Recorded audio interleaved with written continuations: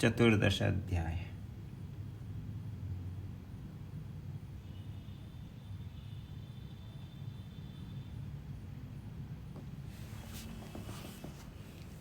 टीका में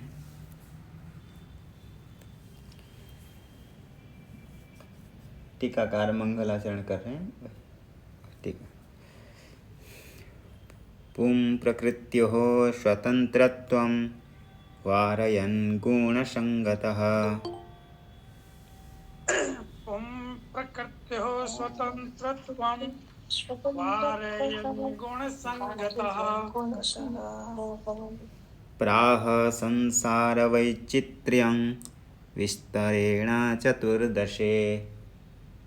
प्राह संसारवैचित्र्यं विस्तरेण चतुर्दशे।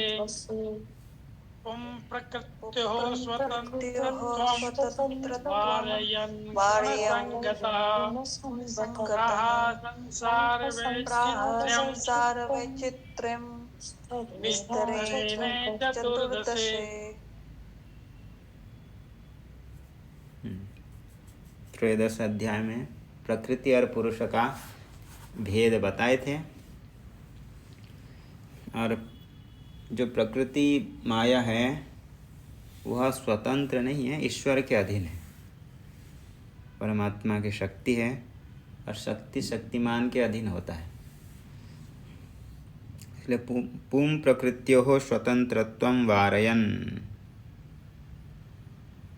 प्रकृति और पुरुष के जो स्वतंत्रता का वारण करके गुणसंगतः संसार वैचित्र्यम, गुण के संसर्ग से, त्रिगुण सत्व रजस तमः, ये गुण की विचित्रता से संसार के विस्तार है। ये संसार भी अनेक प्रकार से विस्तार से दिख रहा है।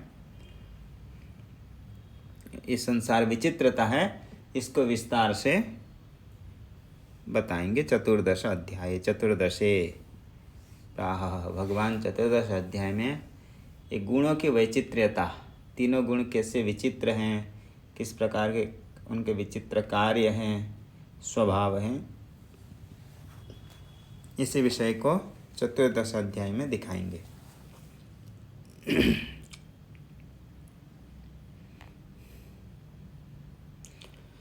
और संसार की उत्पत्ति कहाँ से हो रही है?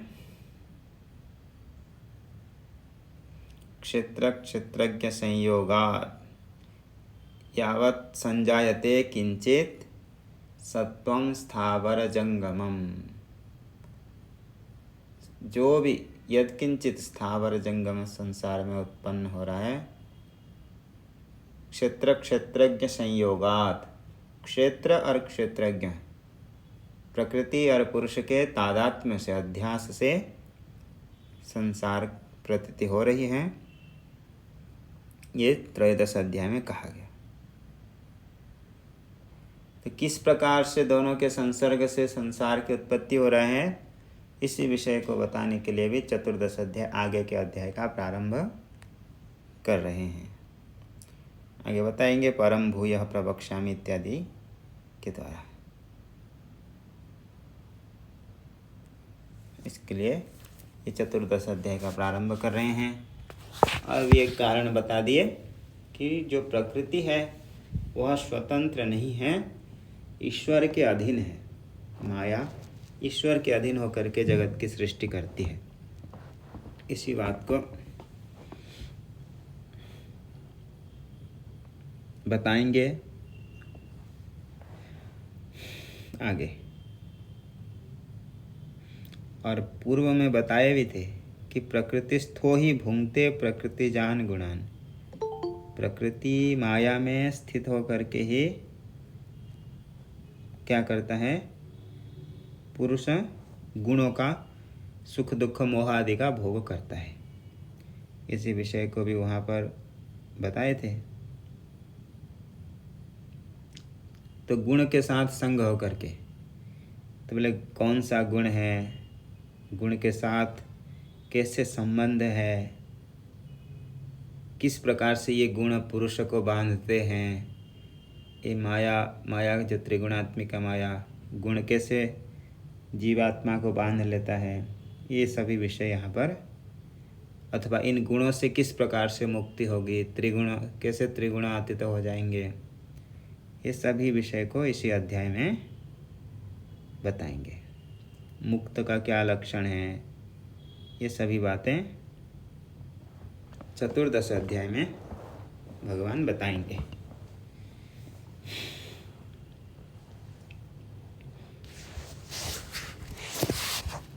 टीका में देखिए, यावत् संजायते किंचित सत्वं स्थावर जंगमम क्षेत्र क्षेत्रज्ञ संयोगात् तद्विद्धि भरतर्षभ इति उक्तम। अभी बता रहे थे क्षेत्र क्षेत्रज्ञ के संयोग से सब कुछ उत्पत्ति। तादात्म्य संयोग का अर्थ क्या है? अध्यास। क्षेत्र और क्षेत्रज्ञ का संयोग शब्द से यहाँ पर क्या लेना है? अध्यास का। तो उसी अध्यास से जगत की प्रसक्ति है, प्राप्ति। सच क्षेत्र क्षेत्रज्ञयोः संयोगो निरीश्वर सांख्यानामिव न स्वातंत्र्येण किंतु ईश्वरेच्छया एव इति कथनपूर्वकं कारणं गुणसंगोष्य सदसद योनि जन्मसु इति अनेन उक्तम। तो भगवान पूर्व में यह निश्चय करके कहे कि देखो, जगत की सृष्टि प्रकृति से तो हो रही है, परंतु स्वतंत्र जो प्रकृति है जगत की सृष्टि नहीं करती है, जैसे सांख्य आदि मानते हैं। अपितु ईश्वर से अधिष्ठित होकर के, जैसे कि भगवान कहे मया अध्यक्षेण, परमात्मा की अध्यक्षता से प्रकृति जगत की सृष्टि करती है। ईश्वरेच्छया एव, ईश्वर इच्छा, ईश्वरस्य इच्छा इति, देखो किंतु आगे ईश्वर आगे इच्छा था, यहाँ पर दो सूत्र लगा। किंतु के बाद ईश्वर था, क्या सूत्र लगा?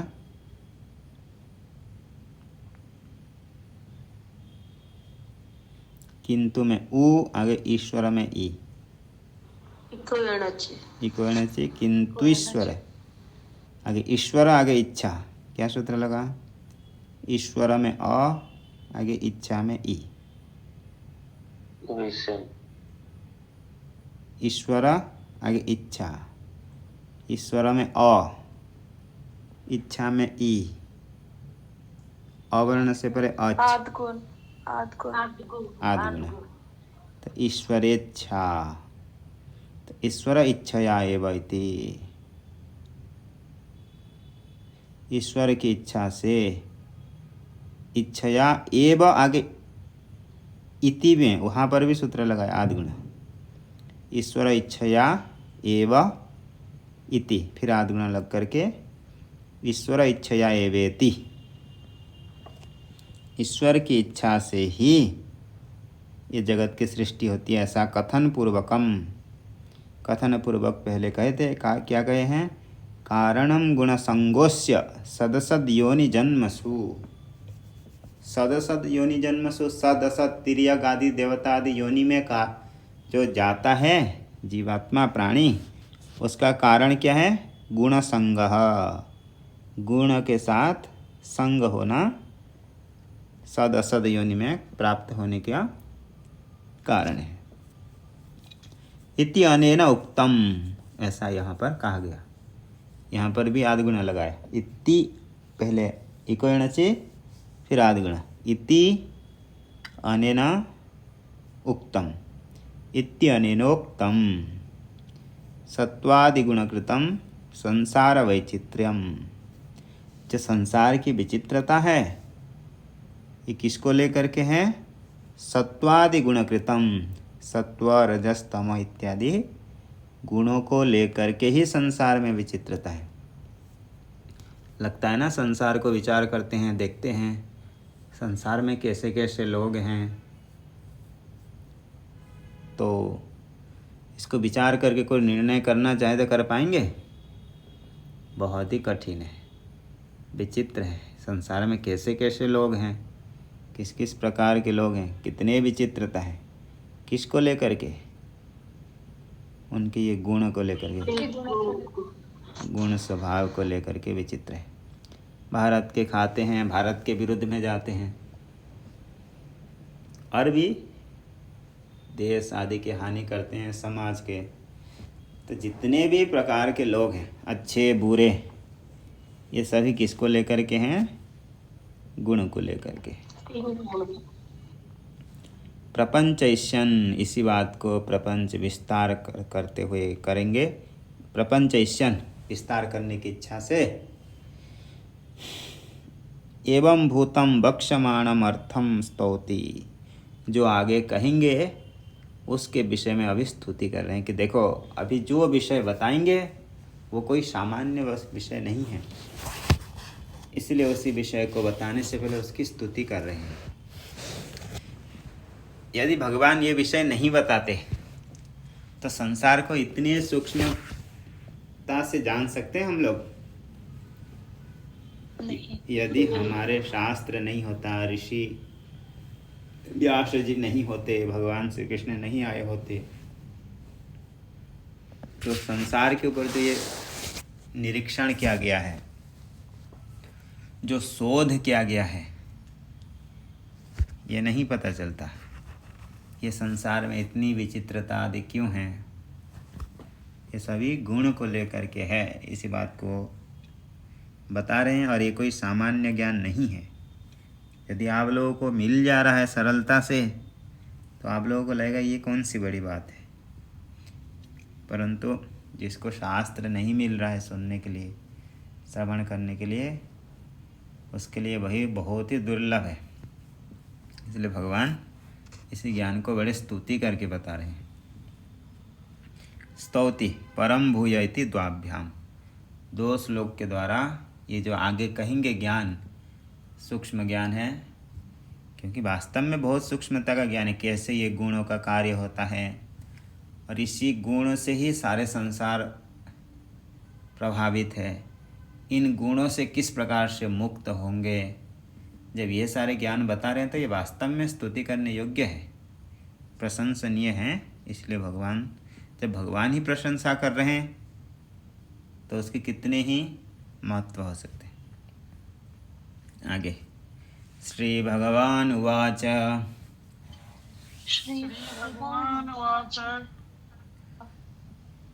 परम भूयः प्रवक्ष्यामि ज्ञानानां ज्ञानमुत्तमम्। परं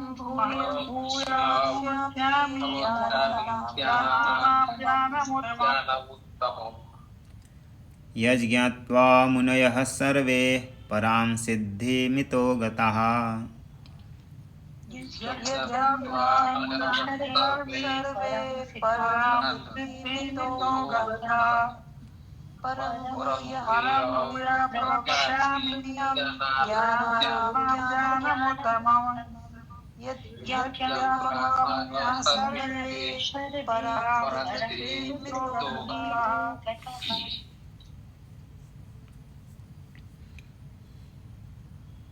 तो भगवान स्तुति करके कह रहे हैं परम भूयः, परम भूयः यानी पुनः पुनः।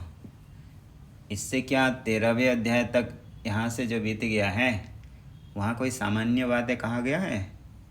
नहीं, वहाँ भी बहुत सूक्ष्म से दिव्य ज्ञान, राज विद्या, राजगुह्य इत्यादि बहुत सूक्ष्म विषय कहा गया है। उसी बात को मैं पुनः ही कह रहा हूँ।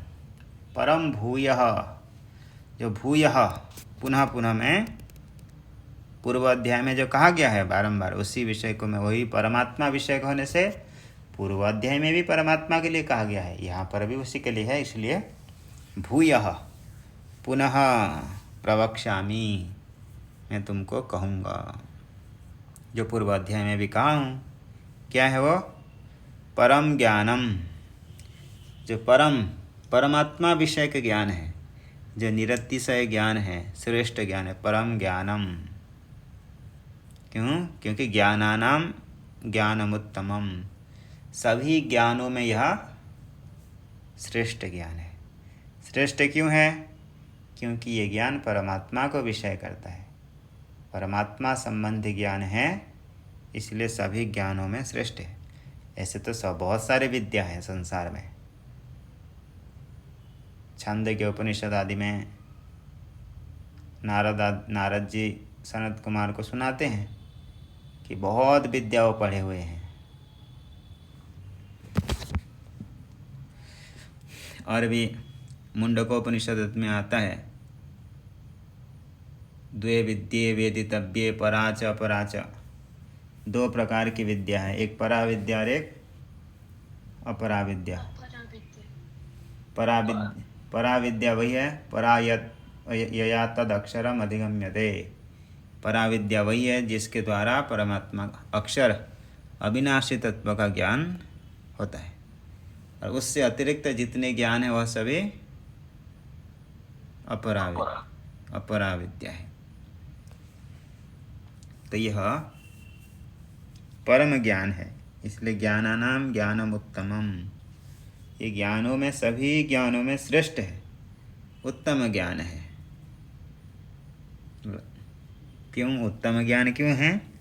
क्योंकि इसी ज्ञान का फल ही उत्तम है, मोक्ष है, निरतिशय है, इसलिए यह ज्ञान भी श्रेष्ठ ज्ञान है। ज्ञानानाम ज्ञानम उत्तमम, सभी ज्ञानों से श्रेष्ठ है।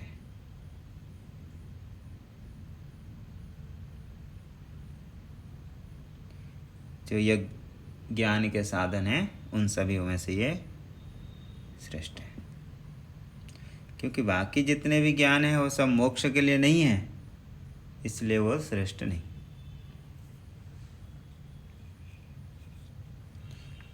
और यज्ञात्वा मुनयः सर्वे, और जिस ज्ञान को प्राप्त करके, जिस तत्व को जान करके, सर्वे मुनयः, जो मननशील मुनियाँ। देखो इसमें ये भी श्रवण मनन का कथन आ गया, क्योंकि मुनि किसको कहते हैं? जो मननात् मुनि ही, जो मनन करता है वही मुनि है। तो श्रवण करके क्या करना पड़ेगा? मनन। सिर्फ श्रवण करेंगे तो होगा? नहीं। इसलिए ये कह रहे कि हम तो इतने साल से श्रवण कर रहे हैं, हमें कुछ लाभ नहीं हो रहा है। श्रवण का फल क्या है? मन। श्रवण के बाद मनन होना चाहिए। जो मनन नहीं करेगा तो उसको श्रवण का फल मिलेगा? नहीं मिलेगा। नहीं। इसलिए श्रवण के साथ मनन भी चाहिए। तो जो मुनि हैं, जो मननशील हैं, इसको जान करके यज्ञात्वा मुनयः सर्वे पराम सिद्धिमितो गतः, इतो गतः, यहाँ से ये संसार सागर से, गतः अथवा देह आदि बंधन से, अविद्या से वह मुक्त हो गए। पराम सिद्धिम, जो मुक्ति, मोक्ष को, गतः यानी प्राप्तः, मोक्ष को लोगों ने प्राप्त कर लिए। मुनिः मननशीलः सन्यासिनः मुनयः, ये सभी परम तत्व को प्राप्त कर लिए श्रवण मनन निधिध्यासन करके। टीका में परम इति परमार्थनिष्ठं ज्ञायते अनेन इति ज्ञानम उपदेशम भूयो अपि तुभ्यं प्रकर्षेण वक्ष्यामि। परम यानी परमार्थनिष्ठम, परम का अर्थ यानी परमार्थ में, परमार्थ को विषय करने वाले ज्ञान, उसको क्या कह रहे हैं? परम। परमार्थनिष्ठम, परमार्थ में है निष्ठा जिसकी, ऐसे ज्ञान, अर्थात परमार्थ में जो विषय करने वाले ज्ञान, ऐसे ज्ञान को क्या कहेंगे? परम ज्ञानम, वह है परम ज्ञान। ज्ञायते अनेन इति ज्ञानम उपदेशम, यानी ज्ञान का अर्थ यहाँ पर लेना उपदेशम। ये जो परम उपदेश है मैं तुमको कहूँगा। भूयो अपि, पुनः, तुभ्यम प्रकर्षेण वक्ष्यामि, प्रवक्ष्यामि, अच्छे प्रकार से कहूँगा। कथम भूतम ज्ञानानाम, कैसे ज्ञान है? तो कह रहे कि तपः कर्मादि विषयाणाम मध्य उत्तमम। देखो और भी ज्ञान है, तप आदि है, यज्ञ आदि है, अनेक साधन है, जप आदि हैं, उन सभी से यह श्रेष्ठ है जो ज्ञान। इसलिए ज्ञानानाम तप कर्मणादि विषयाणाम मध्य उत्तमम। क्यों? मोक्ष हेतुत्वात्। मोक्ष का साक्षात हेतु क्या है? ज्ञान। बाकी अन्य जितने साधन हैं वह परंपरा से ज्ञान प्राप्ति करा करके मुक्ति कराते हैं, परंतु ज्ञान से ही साक्षात मुक्ति होती है। जैसे कि आत्मबोध में कहे हैं, पाकस्य बह्निवज् ज्ञानम बिना मोक्षो न सिद्ध्यति। बोधोन्य साधनेभ्यो ही साक्षात् मोक्षैक साधनम। पाकस्य बह्निवज् ज्ञानम बिना मोक्षो न सिद्ध्यति। बोधोन्य साधनेभ्यो ही, अन्य साधन से बोध जो ज्ञान है वो मुख्य साधन है। साधनेभ्यो ही साक्षात मोक्षैक साधनम, वो साक्षात मोक्ष का साधन है। जैसे पाकस्य बह्निवज् ज्ञानम, पाक के लिए जैसे बन्ही, भोजन पकाना है तो साधन, मुख्य साधन क्या है? अग्नि। इसी प्रकार ज्ञानम मोक्ष का साक्षात साधन है। अब भोजन चाहिए तो आजकल ऑर्डर कर देंगे ऐसे नहीं, मतलब भोजन बनाना है तो उसके लिए कह रहे हैं पाकस्य बह्निवज् ज्ञानम।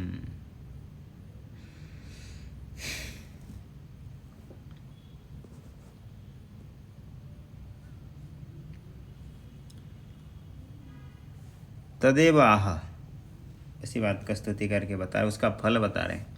यज् ज्ञात्वा यानी प्राप्य, इस ज्ञान को प्राप्त करके, जान करके, मुनयो मननशीलाः, जो मनन करने वाले मुनि, वह सर्वे इतो देह बंधनात् पराम सिद्धिम गतः मोक्षम प्राप्तः। गतः प्राप्त, देह रूपी बंधन से मुक्त हो गए हैं जो भी मननशीला इसी ज्ञान को प्राप्त किए हैं। और आप लोग भी मुक्त हो जाएंगे सभी। आगे किंच, और भी स्तुति करें 2 श्लोकों के द्वारा। इदं ज्ञानमुपाश्रित्य मम साधर्म्यमागतः।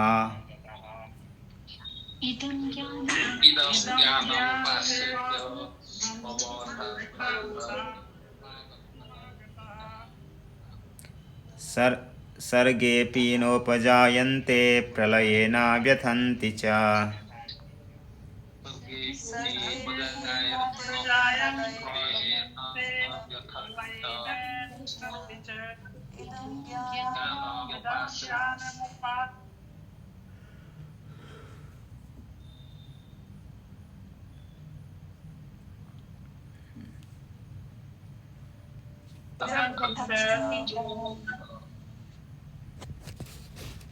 इदम ज्ञानम, इदम जो अभी कहेंगे, जो उपदेश करेंगे, ज्ञानम, इदम ज्ञानम उपाश्रित्य, इसको आश्रय करके,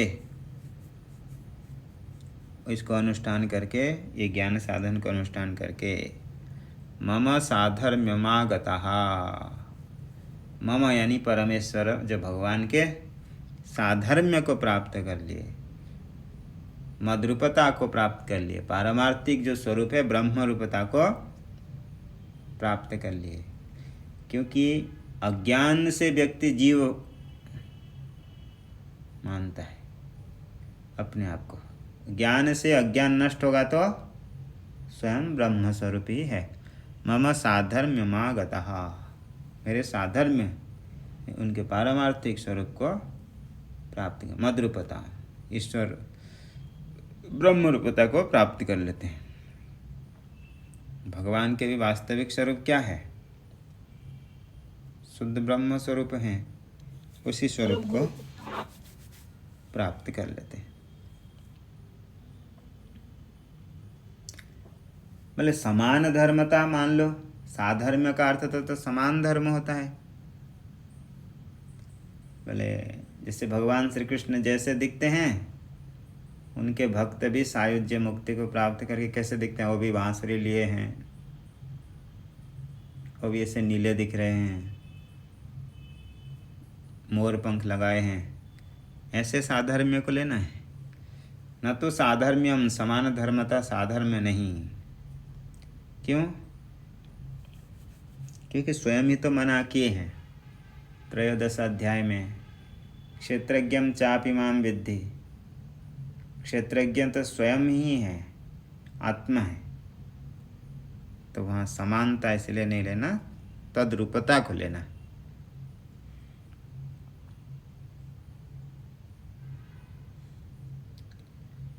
आगे फिर क्या होगा? पारमार्थिक ब्रह्म स्वरूप को प्राप्त करेंगे तो जन्म मृत्यु होगा? और नहीं होगा। इसलिए सर्गेपि नोपजायन्ते, सर्ग में भी यानी सृष्टि, सर्ग यानी सृष्टि, सृज विसर्गे, सृष्टि काल में न उपजायन्ते, उत्पन्न नहीं होते हैं, जन्म प्राप्त नहीं होते हैं। प्रलयेन व्यथन्ति च, और प्रलय काल में भी वो व्यथित नहीं होते, प्रलय काल में भी उनका नाश नहीं होता है। जो इस प्रकार इस ज्ञान को उपासना करते यानी साधन करते हैं, प्राप्त करते हैं। इदं वक्ष्यमाणं ज्ञानम उपाश्रित्य, जो अभी कहे जाने वाले ज्ञान को आश्रय करके, अनुष्ठान करके, ज्ञान साधनम अनुष्ठाय, ये ज्ञान साधन को अनुष्ठान करके, धारण करके, मम साधर्म्यम मद्रूपत्वं प्राप्तः सन्तः, ब्रह्म स्वरूप को प्राप्त कर लेते हैं। सर्गेपि ब्रह्मादिषु उत्पद्यमानेषु अपि न उत्पद्यन्ते, ब्रह्मादि की उत्पत्ति में भी उसका जो मुक्त पुरुषों का उत्पत्ति नहीं है। तथा प्रलयेपि न व्यथन्ति, प्रलय काल में भी व्यथित नहीं होते हैं। प्रलय दुखानि न अनुभवन्ति, प्रलय काल में होने वाले दुख का वो अनुभव नहीं करते। अतः पुनर्न आवर्तन्ते, पुनः पुनः संसार सागर में उनकी आवृत्ति नहीं होती। ब्रह्म स्वरूप हो गए, आत्मरूप हो गए, तो अविद्या ज्ञान उपाधि नहीं होने से उनकी कोई परिच्छिन्नता और परिच्छिन्न होंगे ही नहीं, तो कोई जन्म मृत्यु आदि नहीं होंगे। इस प्रकार ये प्रशंसा की गई, ज्ञान की स्तुति की गई। तदेवं प्रशंसया श्रोतारम अभिमुखीकृत्य, इसी प्रकार प्रशंसा करके, ज्ञान को स्तुति करके, क्यों? क्योंकि श्रोता की बुद्धि एकाग्र हो जाए। जैसे आप लोग अच्छी बात हो, आपके अनुकूल पड़े तो आप कैसे ध्यान से सुनते हैं सभी लोग, और जहाँ समझ में नहीं आए, लगता है कि ये हमारी बातें नहीं हैं, तो फिर वहाँ मन को क्या करते हैं? इधर उधर भटकाते हैं। सभी के साथ ऐसे होता है। जहाँ पाठ क्लिष्ट लगने लगता है, जैसे लघु आदि पढ़ते समय, तो ऐसे लगता है कब पूरा हो जाएगा ये, ऐसे लगता है। यदि वह बातें हमारे अनुकूल हो, समझ में आ रहे हो और हमारे आवश्यक हो, तो वहाँ पर श्रोता क्या होता है? अभिमुख होता है, एकाग्र होता है।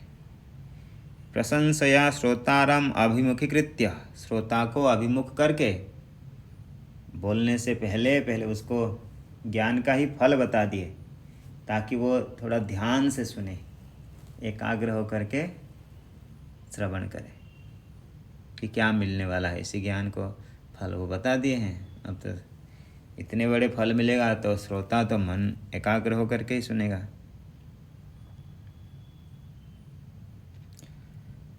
परमेश्वराधीनयोः प्रकृतिपुरुषयोः सर्वभूतोत्पत्तिं प्राप्ति हेतुत्वं न तो स्वतंत्रयोर इति इमं विवक्षितम अर्थम कथयति। तो अभी बताएंगे सूक्ष्म विषय श्रोता को अभिमुख करके। प्रकृति पुरुषयोः, प्रकृति और पुरुष ईश्वराधीनयोः, जो ईश्वर के अधीन है प्रकृति पुरुष। सर्वभूत उत्पत्तिम, सभी भूत उत्पत्ति के प्रति हेतुत्वम, कारणत्वम, कारण है। न तो स्वतंत्रम, वो दोनों स्वतंत्र नहीं हैं। इमम अर्थम, इसी बात को विवक्षितम अर्थम कथयति, जो विवक्षित अर्थ को आगे कथन कर रहे हैं।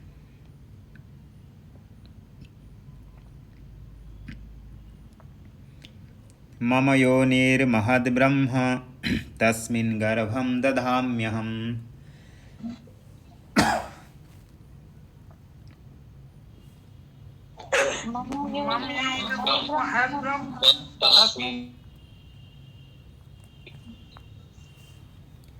संभवः सर्वभूतानां ततो भवति भारत।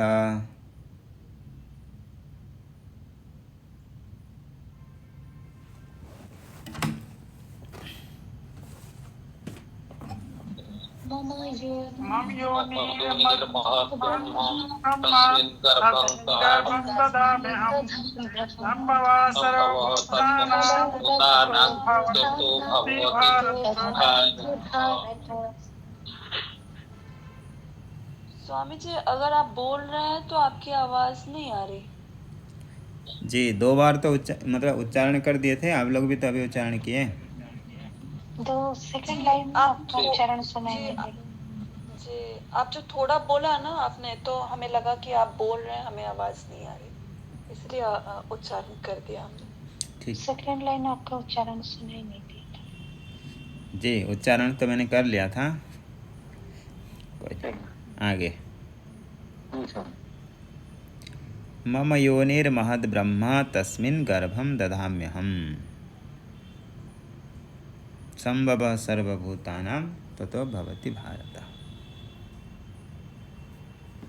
मम यानी मेरा, यानी परमात्मा की जो शक्ति, मम योनि यानी मेरी जो मदिया, मत संबंधी यानी परमात्मा संबंधी जो माया त्रिगुणात्मिका प्रकृति, मम योनि यानी योनि कारणम, किसके प्रति?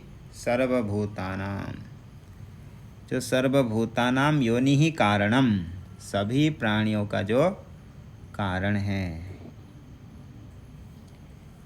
क्योंकि सभी कार्य से वो सूक्ष्म है, जो सूक्ष्म होता है वही कारण बनेगा। पूर्व में उसकी अनुवृत्ति होनी चाहिए। जैसे अहंकार, अहंकार से महतत्व, महतत्व से प्रकृति, सभी विकारों का वो महद्ब्रह्म, मम योनिर्महद्ब्रह्म, वह सबसे महान होने से उसको क्या करें? महद्ब्रह्म, वही महद्ब्रह्म। तस्मिन्, महद्ब्रह्म में, तस्मिन् गर्भं दधाम्यहम्, उसी में मैं गर्भ धारण करता हूँ, धारण कराता हूँ। अर्थात हिरण्यगर्भ आदि का जन्म, सबसे पहले हिरण्यगर्भ आदि का जन्म होता है। सभी प्राणियों का कारण है हिरण्यगर्भ आदि की, वहाँ पे उत्पत्ति करता हूँ मैं, वहाँ बीज धारण कराता हूँ। संभव सर्वभूतानां, उसी से ही सभी भूतों की, प्राणी की उत्पत्ति होती है। ततो हे भारतः, ततः तस्मात् सर्वभूतानां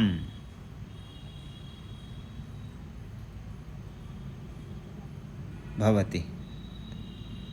ततः, ततः भवति, ततः यानी तस्मात् सर्वभूतानां संभवः भवति, वहीं से ही सभी प्राणियों की उत्पत्ति होती है।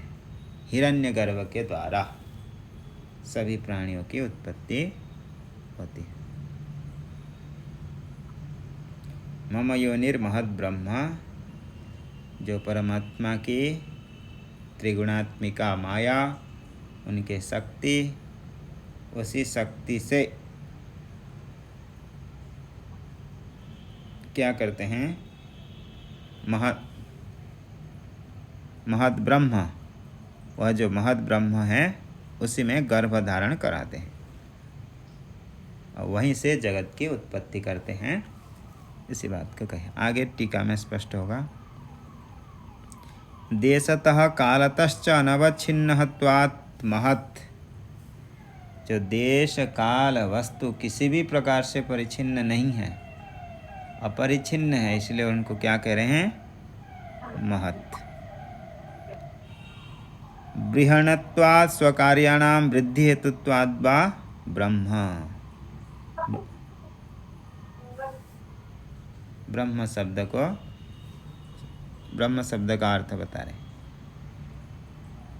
बृहत्वात्, कुछ पूछ रहे क्या?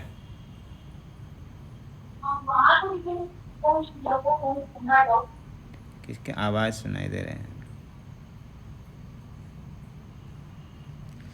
आगे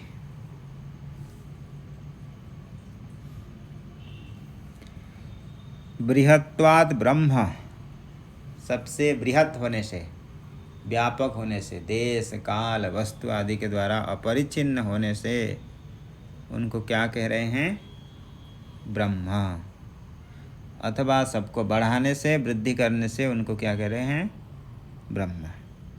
स्वकार्याणां वृद्धि हेतुत्वात् ब्रह्म, अपने कार्यों को वृद्धि करता है, कारण बढ़ाता है, इसलिए उसको ब्रह्म शब्द से कह रहे हैं।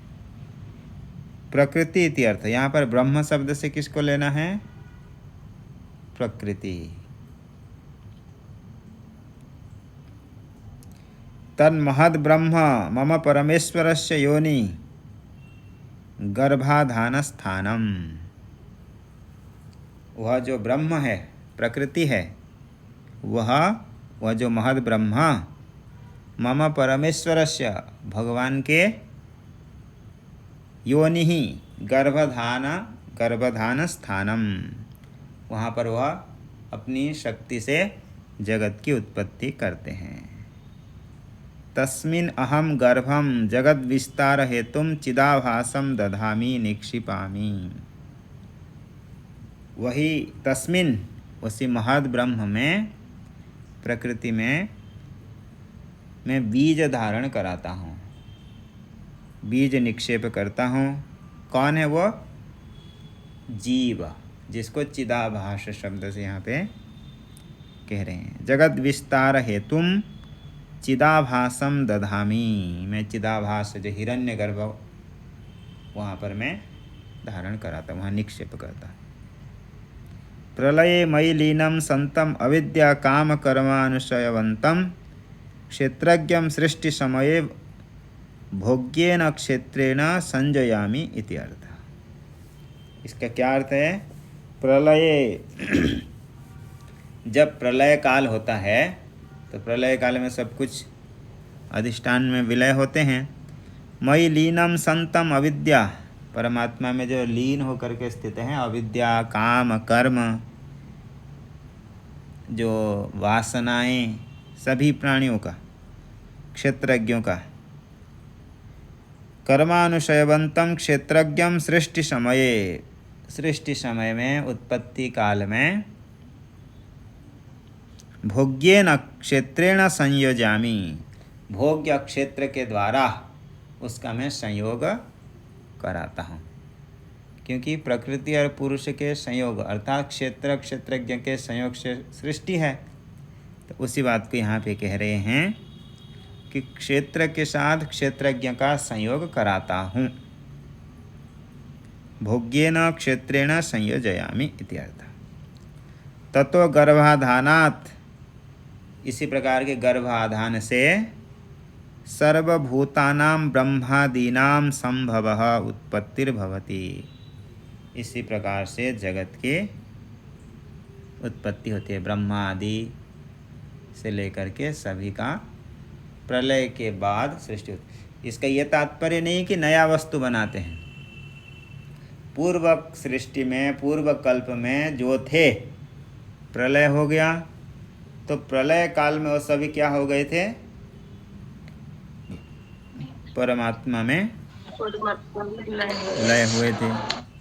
उन्हीं सभी को मैं सृष्टि के प्रारंभ काल में क्रम से बीज धारण कराता हूँ, अर्थात हिरण्यगर्भ आदि क्रम से सृष्टि करता हूँ।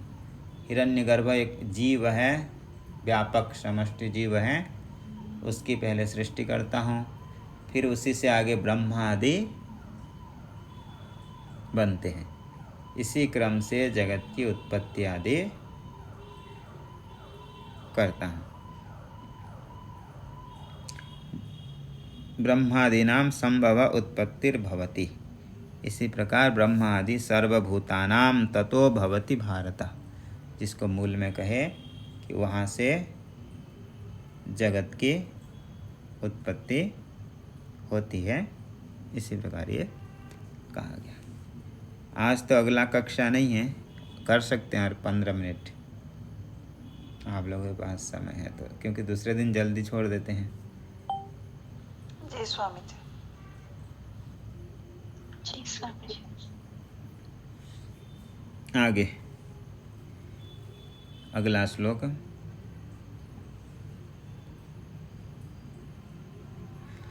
न केवलं सृष्टि उपक्रमे एवं एव मदधिष्ठिताभ्यां प्रकृति पुरुषाभ्याम अयम भूतोत्पत्ति प्रकार अपितु सर्वदा एव इति आह।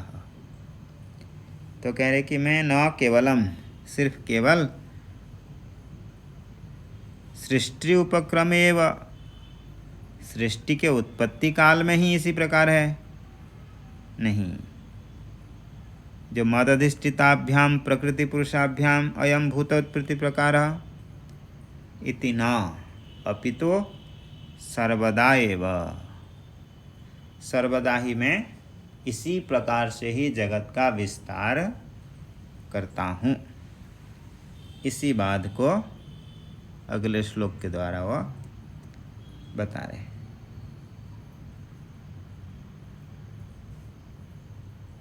आगे की सृष्टि भी इसी प्रकार से ही जगत की सृष्टि होती है, इसी बात को बता रहे।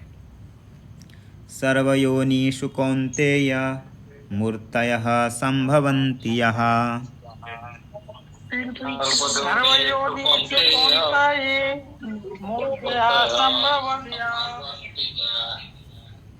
तासां ब्रह्म महद्योनि रहं बीजप्रदः पिता।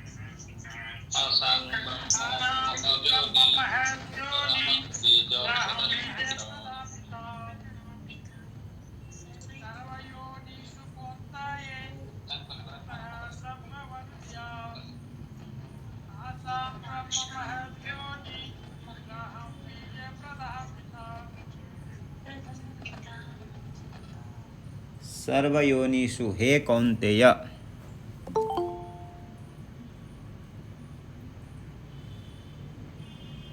सर्वयोनिषु, सर्वातश्च योनयः, जितने भी योनि हैं, अर्थात देव, पितृ, मनुष्य, पशु, मृग आदि जितने भी योनि हैं, हे कौन्तेयः, मूर्तयः, जितने भी मूर्ति, मूर्ति का अर्थ क्या होता है?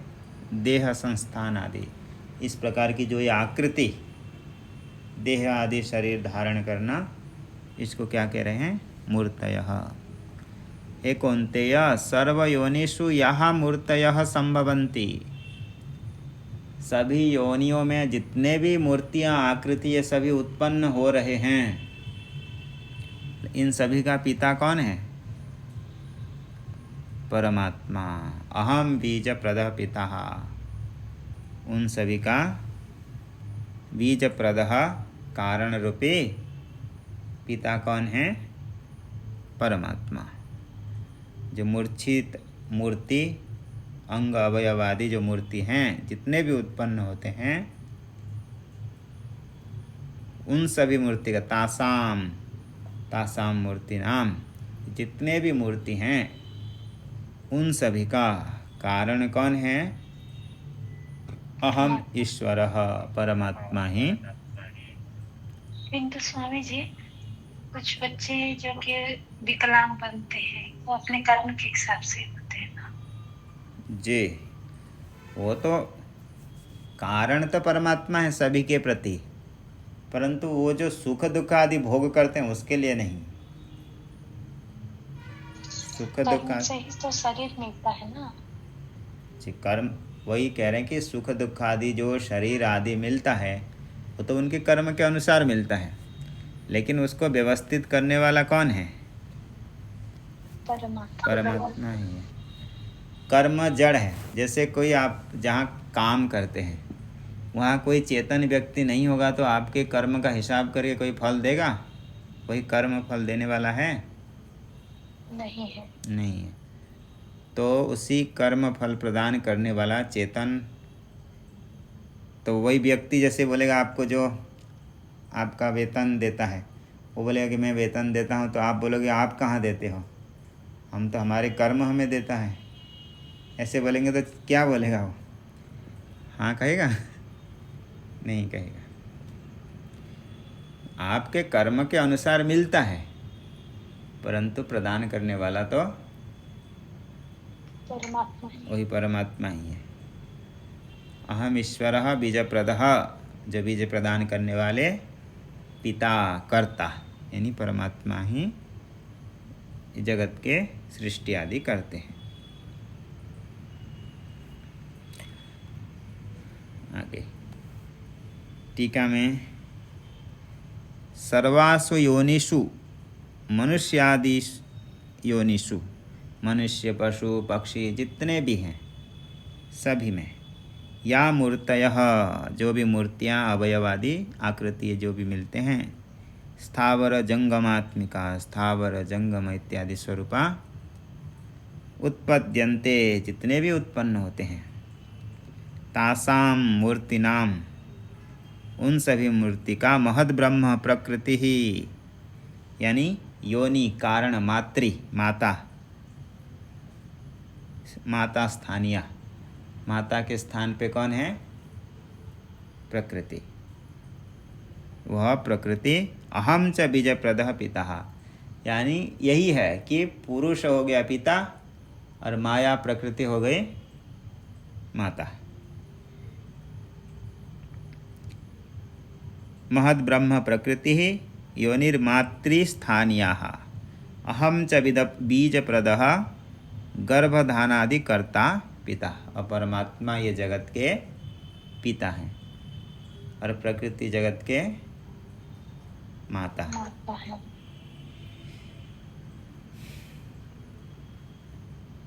वागर्थाविव संपृक्तौ वागर्थ प्रतिपत्तये जगतः पितरौ वंदे पार्वती परमेश्वर। जैसे वाणी और अर्थ दोनों कैसे रहते हैं? एक साथ अभिन्न होकर के रहते हैं। शब्द बोल रहे हैं तो शब्द का अर्थ का भी आपके साथ में दोनों का कैसे भान हो रहा है? आप लोग शब्द सुन रहे हैं, शब्द का भान हो रहा है। शब्द और अर्थ दोनों साथ साथ चलते हैं। वागर्थाविव संपृक्तौ, जैसे वाग और अर्थ जैसे संपृक्त होकर के रहते हैं, वागर्थ प्रतिपत्तये, वाग और अर्थ की प्रतिपत्ति के लिए। ऐसे जगतः पितरौ, जगत के माता पिता कौन है? पार्वती परमेश्वरौ। जगतः पितरौ वंदे पार्वती परमेश्वरौ। पार्वती और परमेश्वर, यही परमात्मा कह रहे हैं कि अहम बीज प्रदः पिता। परमात्मा हो गए पिता और प्रकृति माया हो गए माता जी। तो इसी प्रकार तदेवं परमेश्वराधीनाभ्याम प्रकृति पुरुषाभ्याम सर्वभूतोत्पत्तिम निरूप्य, इसी प्रकार परमात्मा के अध्यक्षता में ही प्रकृति पुरुष के संयोग से जगत की उत्पत्ति होती है। सर्वभूत उत्पत्तिम निरूप्य, इसका निरूपण करके, इदानीं प्रकृति संयोगेन पुरुषस्य संसारम प्रपंचयति, प्रकृति के संयोग से ही पुरुष में संसार है, नहीं तो पुरुष तो निर्लेप है, आत्मा। इसी बात को विस्तार से बता रहे हैं सत्वम इत्यादि चतुर्भिः 4 श्लोकों के द्वारा।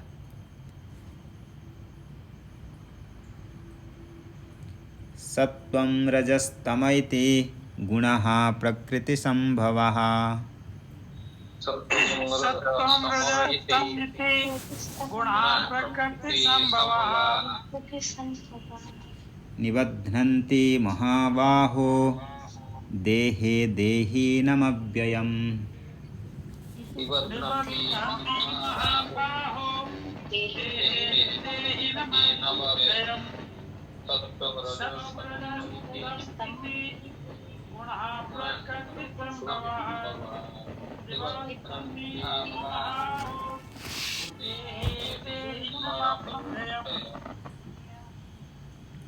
हे महाबाहो, महांतो बाहु यस्य स महाबाहो, इसके संबोधन में हे महाबाहो यानी जिसके विशाल भुजाएं हैं, लंबे लंबे।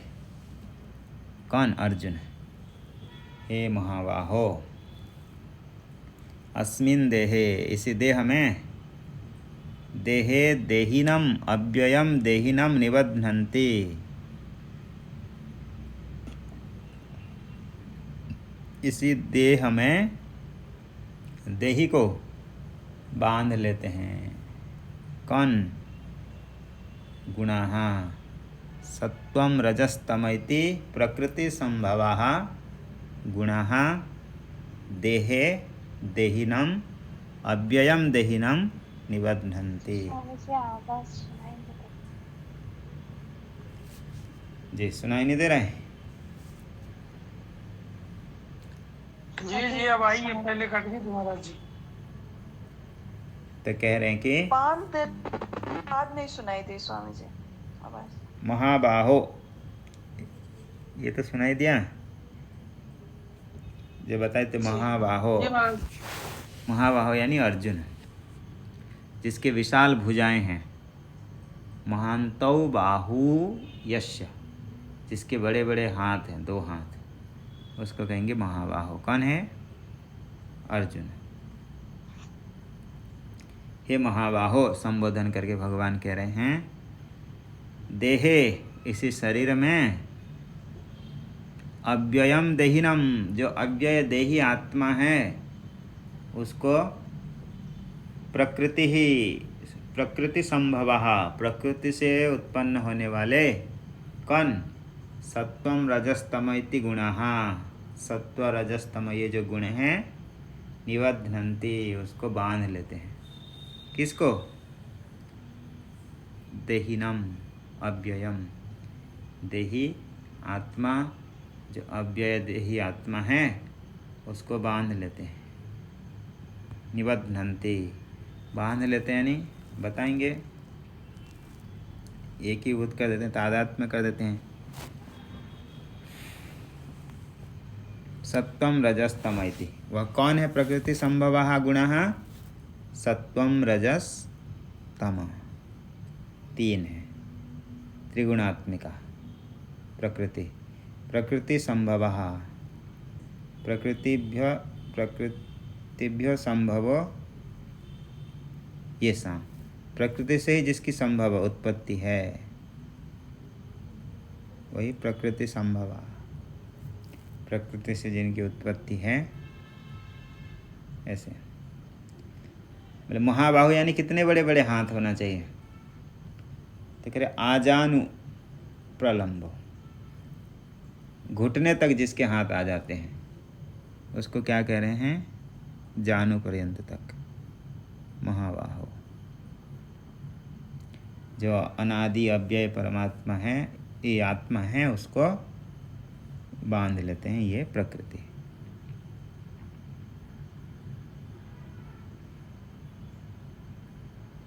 ऐसे लग बांध तो कह सकते हैं, मतलब बांध लेते हैं ऐसे जैसे।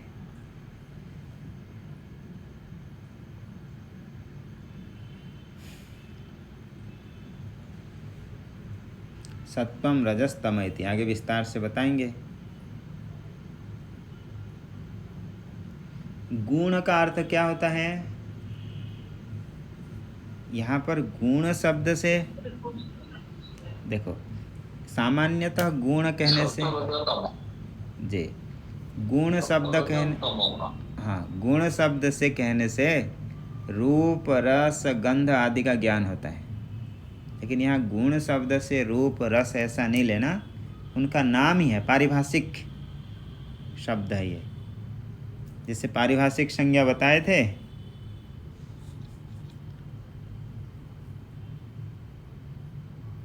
व्याकरण में प्रयोग होता है पारिभाषिक संज्ञा, जी स्वामी जी।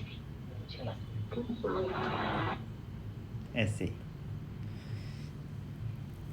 आगे कल। ओम पूर्णमदः पूर्णमिदं पूर्ण